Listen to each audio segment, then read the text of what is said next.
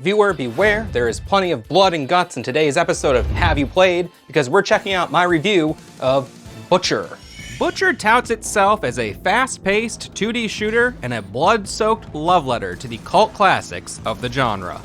It's also sure to mention that the easiest mode is hard.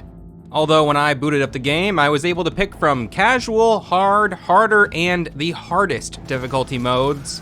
The impossible mode was actually locked at the time of recording this video, and I have no plans to ever unlock it. To be honest, I started the game on casual mode before moving on to hard mode, but I don't think I can really handle harder, hardest, or impossible modes anytime soon, if ever. That's because I found Butcher to be extremely difficult. And I don't think that's because I'm bad at games. I think this game is intentionally very difficult. Developed by Transhuman Design, who I believe went on to become Phobia Game Studio, who released the brilliant Carrion back in 2020, Butcher sees you taking the role of this little space marine guy who goes on to kill everything in sight. You find an assortment of weapons, including a shotgun, assault rifle, railgun, grenade launcher, and a chainsaw. As long as you're in their line of sight, an enemy can hit you from all the way across the screen, and every level is filled with enemies. This, combined with an array of stage hazards like lava pits and giant saw blades, force the player to be constantly moving around, trying to seek the best strategic position to inch closer and closer to clearing the level and moving on to the next stage. Now, I've noticed this thing in a lot of modern pixel art, retro, 2D style throwback shooter games and action titles, where the character is very small on the screen and the camera is very zoomed out, showing most of the map at any one time. Maybe there's precedence for this in other action games from the 80s and 90s that I'm just not remembering, but to me it just looks like Lemmings, and I don't think it's the best camera position for a fast-paced action game. And while I found that to be really annoying in games like Broforce, it didn't bother me at all in Butcher. Stylistically, it's obvious that Butcher is taking a lot from the 90s. Terminator, Doom, Quake, all those sorts of influences are on full display throughout Butcher. However, Butcher is much bloodier than any of its influences.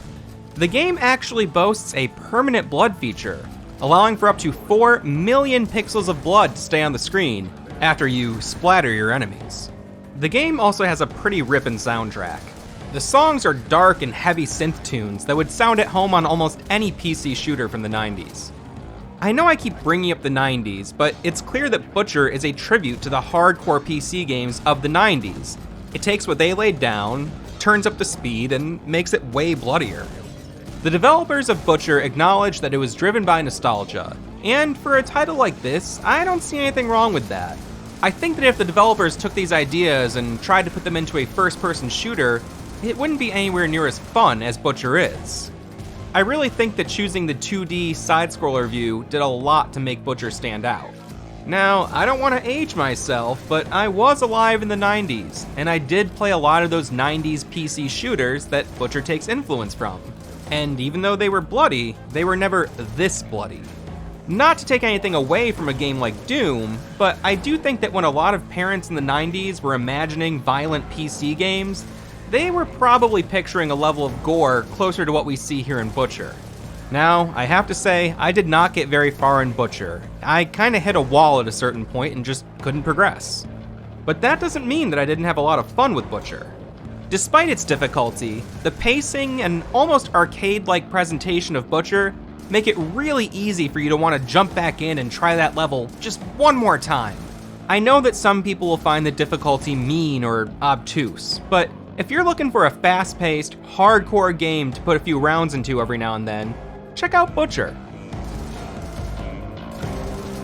Well, short and sweet, those are my views on the game Butcher. Since I made that review, I have put a few more hours into the game. I've progressed a bit more, but I am still kind of hitting a wall, and I don't want to play it on the super easy mode, because that feels too easy, but I haven't quite gotten the rhythm where I'm able to kind of get over those difficulty spikes that come in later sections of the game on the normal or hard or whatever the not super baby mode is.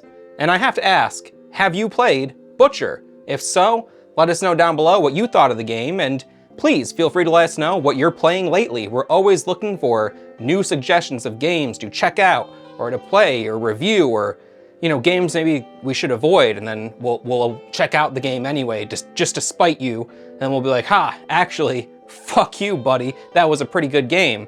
Or maybe we'll come back and go, wow, we, for some reason, didn't listen to you, and we played that game that you told us to avoid, and I just have to say, I'm sorry I didn't take you more seriously, and maybe that would provide some sort of, you know, validation for you, and maybe in turn you could validate our efforts by subscribing to Hidden Machine right now, by hitting subscribe and watching our videos all fucking week, because, you know, they come out all the time. You should just check it out, come on. What else are you gonna be doing? Huh? Look at you.